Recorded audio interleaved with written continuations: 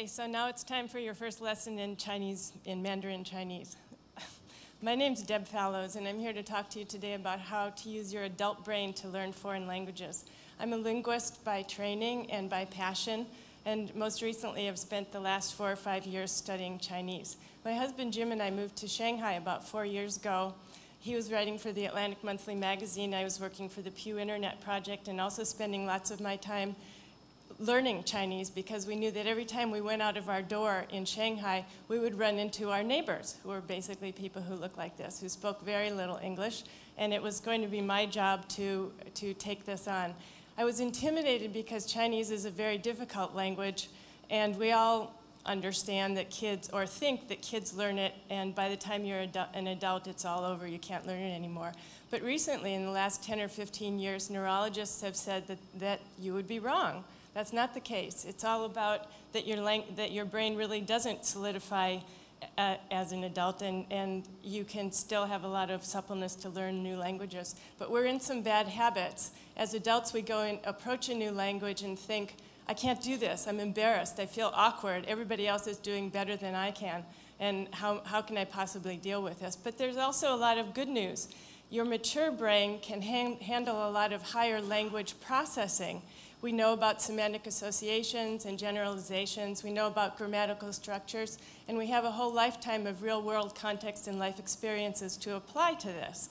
So, for example, when you see a Chinglish sign like this in Beijing, you know that something's wrong with the grammar. You know that something's missing. You know that eliminating footprints isn't quite right, but with your great powers of semantic association, you can say the grass is wrong. Don't step in the grass.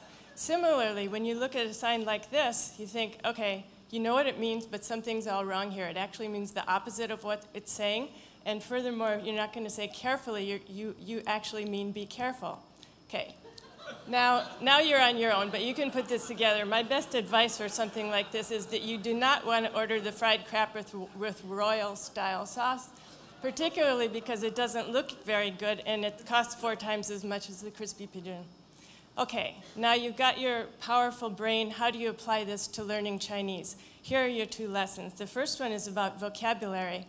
The way languages develop is when you want to expand your lexicon, if you have a new idea or a new concept or a new thing that you have to name, you can either go to borrowing, which was English did a lot of, or you can do what Chinese does all the time, which is to make compound words.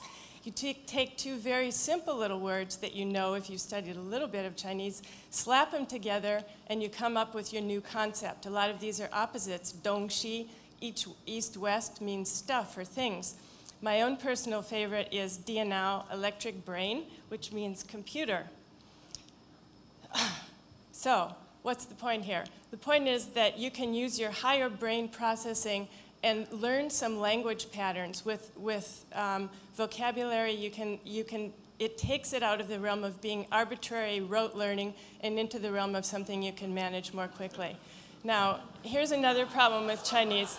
It's how to make sense of the completely nonsensical. There are 2 very powerful small words in Chinese, xia and shang. Xia has a reference to time. It means in the future, 下个星期, next week. Its opposite is shang. It means in the past.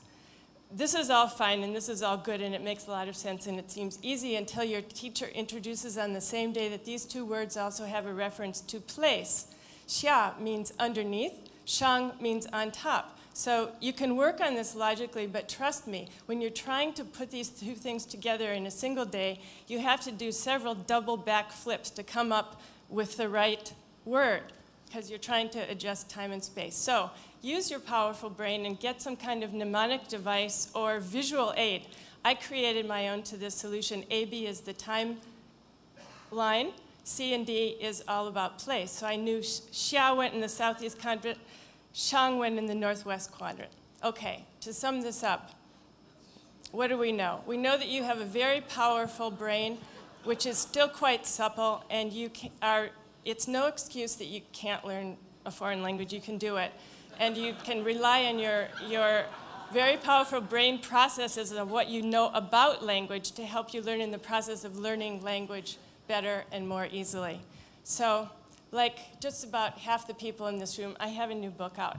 It was published last week. It's called Dreaming in Chinese, and it's all about my efforts to learn the language and what that taught me more importantly about the Chinese people and the Chinese culture. Thank you.